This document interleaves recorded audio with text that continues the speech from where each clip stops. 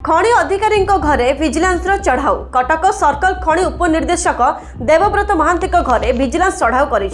जबत कर 4 कोटी अधिक टंका भुवनेश्वर में फ्लाट रु 4 कोटी अधिक टंका जबत होती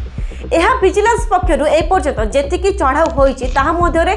चढ़ाऊ सर्वाधिक नगद टंका जबत होती कहुच्छी। सूचना अनुसार मंगलवार राति जड़े लाइसेंस प्राप्त कोयला विक्रेता 30,000 टंका लांच नेवा अभियोग विजिलेंस देवव्रत महांती गिरफ कर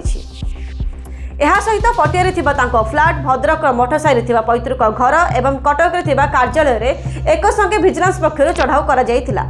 विजिलेंस विभाग पक्षर मिलता सूचना अनुसार चढ़ाऊ समय पटियारे फ्लाट्र आलमीरारू एक ट्रॉली बैग एवं 4 कोटी अधिक टंका जबत होती तेबे जबत होइथिबा टंकार सठिक परिमाण जानिबा गणना जारी रही। एतद व्यतीत देवव्रत कार्यालय